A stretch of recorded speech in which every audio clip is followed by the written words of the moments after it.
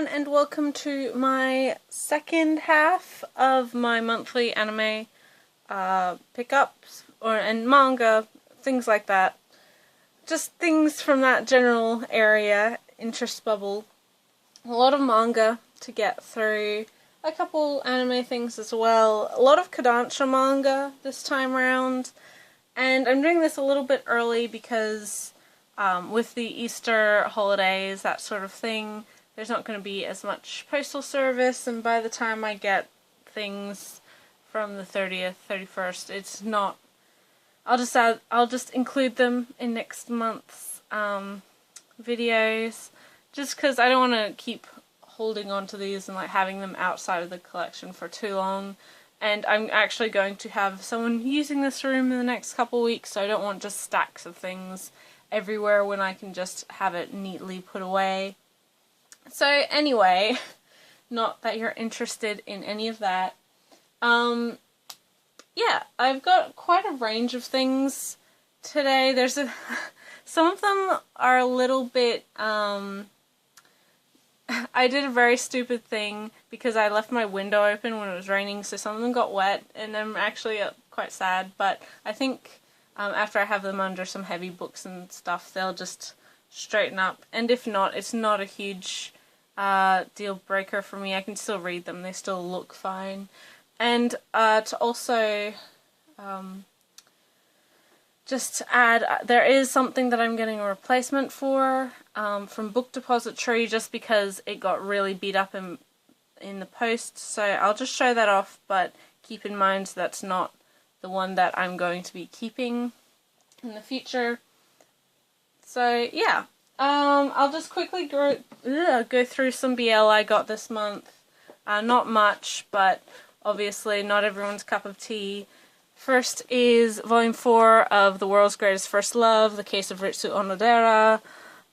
Yep, good volume, ends on a cliffhanger. If you haven't read the manga or seen the show previously, then obviously you'd be quite on the edge of your seat, possibly, I don't know, maybe, but I do know what's gonna happen. I know nothing, it all works out in the end, as most of these things do. Anyway, yep, released by Sublime, and probably one of their more popular titles at the moment. Next is a June manga release, which I think is out of print everywhere. I got it from eBay, quite cheap locally, so I was glad to get that. It's actually Apple and Honey by Hideyoshiko. I have Apple and Honey, The Rose-Colored Life, which is a sequel to this already, so I'm glad to actually have the first part of the story. Always a good thing. And finally is actually manhwa, so Korean comics, and so it does read left to right rather than right to left, and the artwork reads that way as well. Published by Net Comics, the first of their releases that I've bought. I have read one of their other series, but I was borrowing it from a friend at the time, and it's not something that I would really want to buy for myself. But anyway, this is Behind Story, Volume 1, first of 3, I believe. It's alright. I find it kind of interesting, a little bit different from some of the other series that we get Japanese-wise. So yeah, I do want to I've heard good things about it, so I do want to check out the other 2 volumes. It's not the perfect series, obviously, but I thought I'd give it a try. And that's all the BL that I got this month. Yeah, so I've got a whole stack of manga. I'll go through that first. And like I said, some of them are a little bit wiggly warped because of water, but they're still readable, and I think I'll be alright. I can live with it. First up is the first volume of the omnibus release from Vertical. Just came out this month, of Mysterious Girlfriend X. I've read the whole series on Crunchyroll's manga app that they have. It's a great series. I loved it. I really enjoyed the anime when it came out several years ago. I haven't gotten a physical release, but I watched it as it was streaming. It's actually, it's kind of hard to convince people to try it because it is a little bit weird. I mean, one of the main story elements is drool, but it's actually, considering a lot of shonen romance series that come around, it's a lot franker about sexuality, I think, and puberty and coming of age and that sort of thing. But it's a lot more innocent and kind of, I think, realistic, if you can use that term, than a lot of these series where people are just falling into boobs all the time, and then there's 40 million girls all vying for the same guy who has no personality, and also, you know, so what kind of crazy hijinks are going to happen today? So even though the drool aspect of it might kind of weird you out or gross you out, I do recommend you try it because it is very different. It's quite sweet. Before I had seen the show, I would have never kind of described it as that, but there's kind of a very realistic sweetness and innocence to it almost, even though it is about, having your first girlfriend and, you know, taking those steps to get, for lack of a better word, physical. But yeah, it's very different, and I do recommend it because it is quite a bit of fun. The art style is a little bit different as well. Really good use of blacks. Next is the only Viz manga I got this month, which is Volume 3 of Requiem of the Rose King. I read it. I loved it. I have already pre-ordered Volume 4. I am just in love with this series. It's so good. My heart can't take anymore, honestly. Cliffhangers, story development, it's just so good. It's so good. And I really love the art style. I think it's fantastic. I'm so excited to read more. Next is the only Yen Press volume of manga I got, which is Volume 2 of The Red, the Light, and the Ayakashi. Yeah, this is pretty interesting. I'm not 100% totally sold on the story yet, but it reminds me, I think I described the first volume as a mixture between Natsume's Book of Friends and Higurashi, the mystery side of Higurashi. I would still say that applies. I think it is kind of veering more into the Natsume sort of side, but there's a lot more action and mystery and that sort of thing than straight up Natsume's Book of Friends, which, by the way, fantastic series. I'm so excited for season 5. If you haven't heard that they just announced that we'll be getting that later this year, I am so excited. But yeah, so of The Red, the Light, and the Ayakashi is very interesting, based off of a visual novel, so I am interested in seeing how it develops. So yeah, this volume is pretty good. The art is pretty, I think, typical. It kind of reminds me of Natsume a little bit, or something like Pandora Hearts as well. Next is the volume that I am getting replaced because shipping was not kind to it. The rain also has made it look even worse than it did before. But that is Noragami Volume 12, Stray God. I have read it. I read this copy because I couldn't wait to see what the story was like. But the book itself, I don't know if you can tell, there's a big thing there in the spine. There's a bit more here. It's kind of really crushed. Look at that. My poor volume of manga. It's not a great color to see it on. But it's not in great shape. This volume was phenomenal. I loved it. But Noragami, I always really love it. I'll see if I can find a non-spoilery picture thing. There you go. Obviously, Noragami, great art style, funny characters, great characters as well as that. Just, oh, it's so good. I love the story and I love the development. I'm really interested to see where it goes from here. Hopefully with my volume 13 showing up in a better nick than that one. Next is the beginning of my Kodansha pile. The first of being volume 6 of My Little Monster. Volume 13 came out, or is coming out this month. I think it's already out. I don't remember. Which is the final one. So I want to kind of catch up so I can read the rest of it. I really like this series. Yeah, it's kind of an unusual love story between the two most blunt and not suited to love sort of characters I've really ever seen in manga. So yeah, it's nice to see how the story develops from here, because it is past where the anime adaptation got to. Next is one I've been looking out for a very, very, very long time. I'm so excited. I'm up to date with, or not up to date, but I've read all of the chapters that Crunchyroll has on their manga app.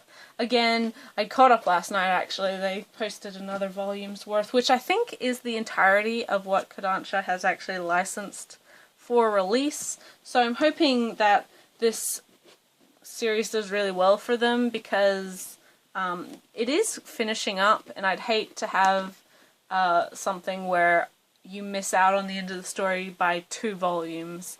That would just not be fun.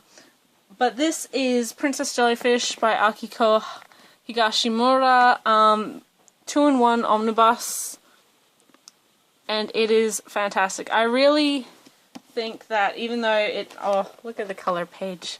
So good. I really think that even though it's technically a josei manga, everyone can relate to it. Everyone who's felt like an outcast to some extent can really relate to it. It's very funny. It's, again, great cast of characters. The situation is ridiculous, and I've really liked in the most recent volume or chapters that I've read that it doesn't kind of stick with like this, them just really easily achieving this unobtainable dream. Because if you don't know the story of Princess Jellyfish, it's a group of women who live together, all various sorts of otaku. One's an otaku of trains, one's an otaku of traditional Japanese clothing, one's an otaku of the 12 Kingdoms, and our main character, Tsukimi, is a jellyfish otaku. So she meets out she meets out in the world this beautiful, stylish, wonderful, like really hip, cool girl who helps her buy a jellyfish, which then she later learns is actually a guy, and guys aren't allowed in their little like circle, their home, their area that they live in. If you talk to a guy, if you have a boyfriend, anything like that, you're pretty much discommunicated from their little group of women. But their home is up, or is trying to be bought by like, what's the word? Real estate agent, they, like, developers. Their home is about to be bought by developers who want to create a hotel area. So they're going to be evicted and their home demolished and all that. So trying to raise the money to buy their property, so that the developers don't get it, this guy here, with Tsukimi, decides to start a clothing line, fashion line, to make clothes to raise the money. As someone, like, this is probably not that interesting information to you guys, but both my parents were in the fashion industry, during the, 80s to early 90s. It's not an easy job whatsoever.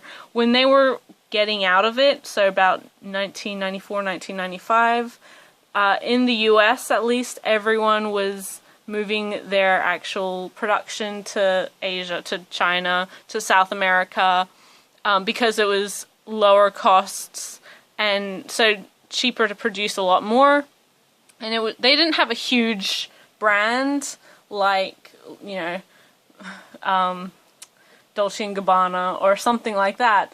But you can make a lot of money very quickly with fashion, but you have to always be ahead of the times, kind of. You have to make a new entire range of clothes every 6 weeks. So it's a very, very demanding line of work. It's a great line of work because you do get to travel a lot. If you're doing well, you're doing really well.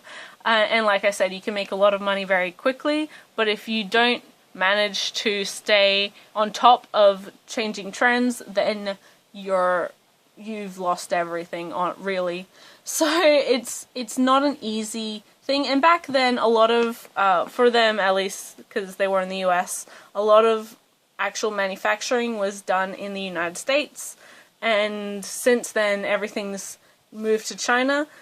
So later on in the series, what I was kind of mentioning before is that these two really find themselves in that position. Nobody really buys local anymore. If you're an up-and-coming designer, you have to really be selling to large branches, that sort of thing, because you're not going to make an impact and you're not going to survive as an indie label.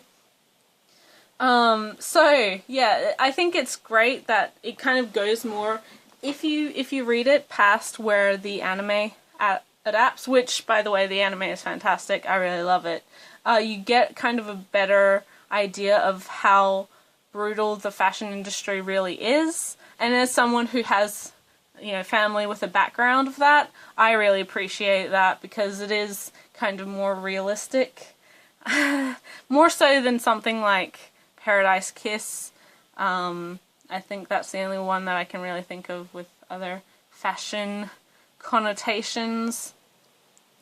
Yeah, it's not as easy as a lot of manga and anime and that sort of thing have to imply. So yeah, Princess Jellyfish, first 2 volumes, fantastic series.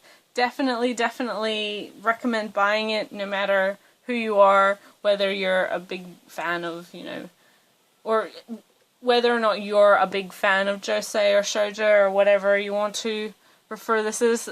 It is a josei series, so it's not, high schoolers, it's not sparkles and flowers and first love, like, sort of series. It's a lot of fun. It's very, very, very funny. Next, I went on talking about Princess Jellyfish and my family and that sort of thing for way too long, so I'm going to go a little bit quicker. Next is volume 4 and 5 of Vinland Saga. So I finally have the volumes I need to continue what I have. I already have 6 and 7, so now I can actually read those after reading these, of course, so I can catch up to where the releases are. And finally is actually a Fantagraphic book. Fantagraphic Comics release, Fantagraphic books, I don't know what they call themselves. It's an out-of-print book, I should say. It's not actually, you can't find this as a proper release in Japan. It's a collection of short stories, but that is Moto Hagio's A Drunken Dream and Other Stories. This is a phenomenal release, just by the way. It is a lot like her Fantagraphic's other releases in that it's hardcover and oversized. But Moto Hagio is probably one of the most influential mangaka of her time. She's part of the 49ers, who, if you don't know, are a group of women who really started shoujo manga.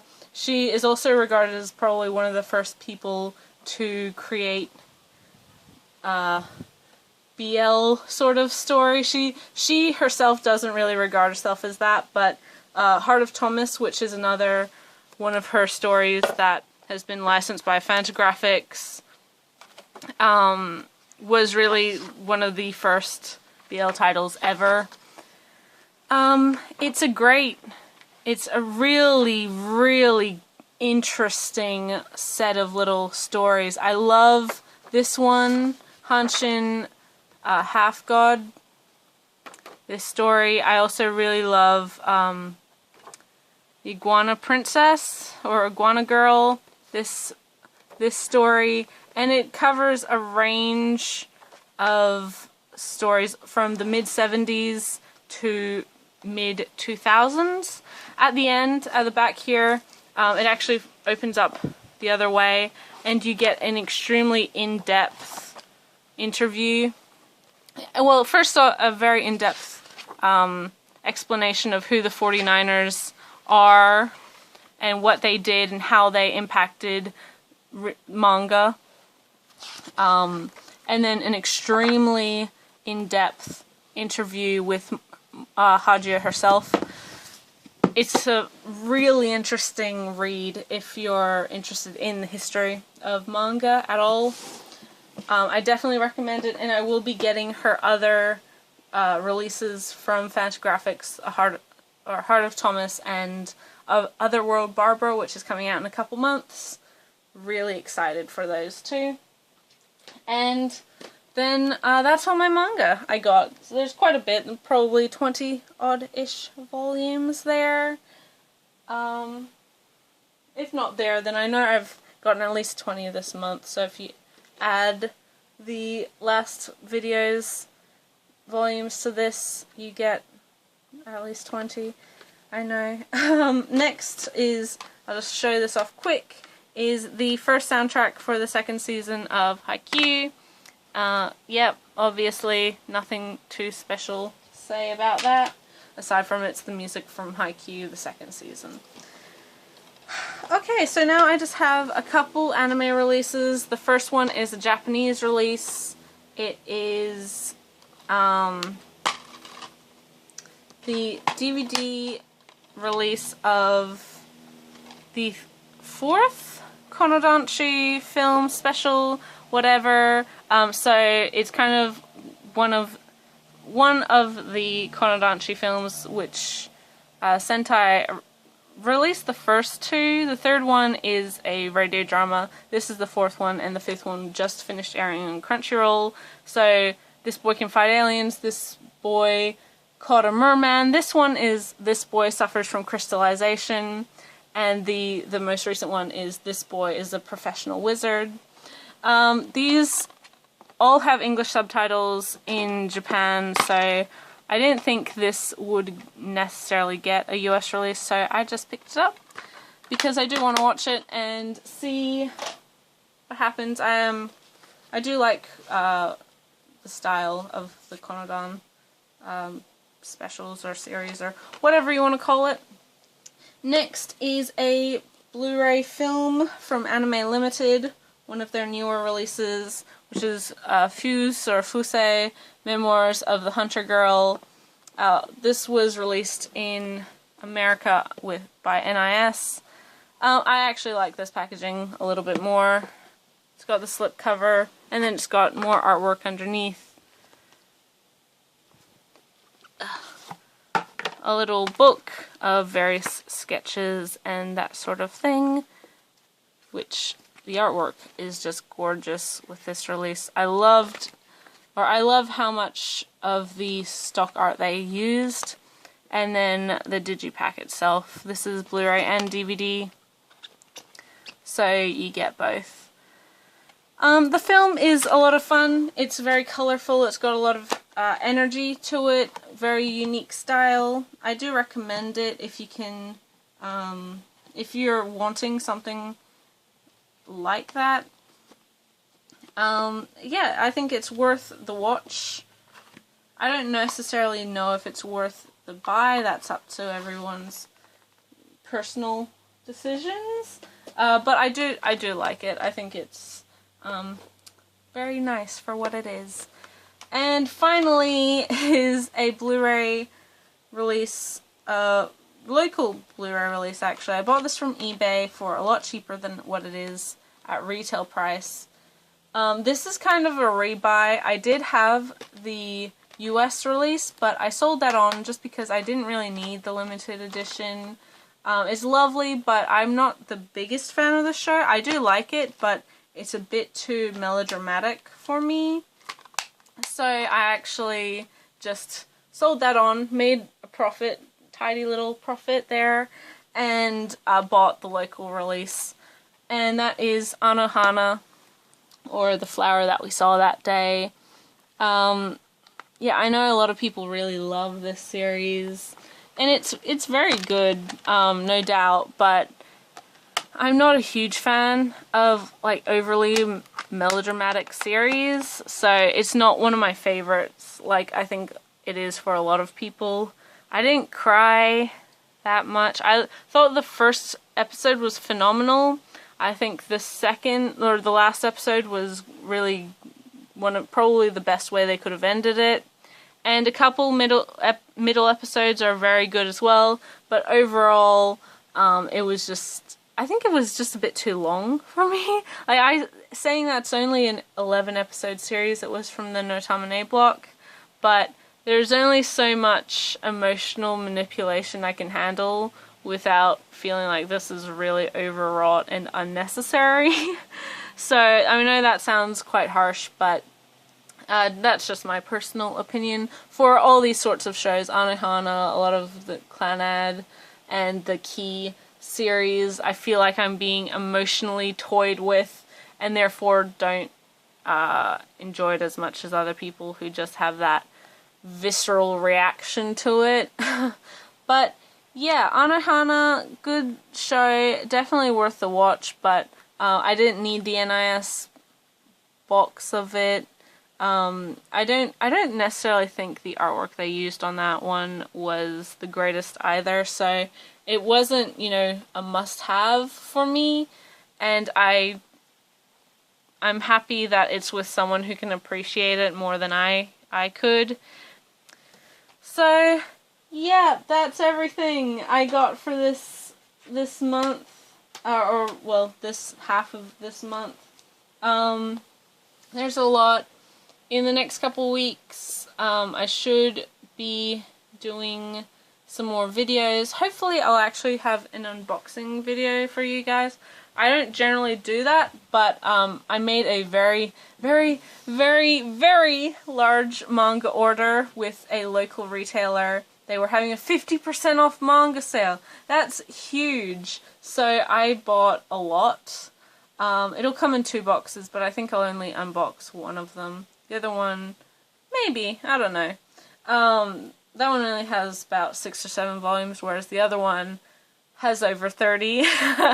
So, yeah, that'll be maybe something interesting to look out for. Comic-Con or Australian Comic-Con is coming up next weekend.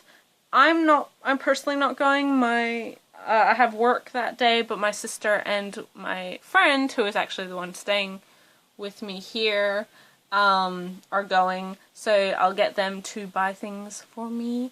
And I also have another friend's wedding that same weekend, so yeah, it'll be a big weekend, needless to say. I've got a wedding in which I am a very important part of the bridal party, which, wow, didn't ask for, no, I'm very happy for them, but it does mean that a lot of my time in the next week or so is going to be very, very, very busy, and like I said, I have a friend coming over who is also coming over for the wedding. She is also a bride, part of the bridal party. She's a bridesmaid, so it's going to be big, and then literally the next day after that, I have work all day, and like I said, my friend and my sister are going to Oz Comic Con, and I'll get them to pick up some manga for me because I don't really buy anime at those sorts of things. But yes, big amount of stuff this month, bigger next month because of that 50% off manga sale. And I've got some art books coming, I know definitely for sure. And I've also got at least one anime film coming, so that'll be good. And I have manga, you know, leftovers from this month that will flow on into that one. And yeah, so that'll be the plan for the next couple, or the next week or so. Hopefully I can get a video up for you guys within that time. And thank you all so much for watching. I know this one's another long one. I tried to make it a little bit in between from my super long ones and my super short ones. I know 30 minutes is still like quite a lot for a lot of people to watch. But yeah, so I apologize if it is too long for you guys. I'll improve. I'll try to improve on my speed and what I yammer on about. But I'll see you in the next one, guys, whenever that one may be. Bye until then.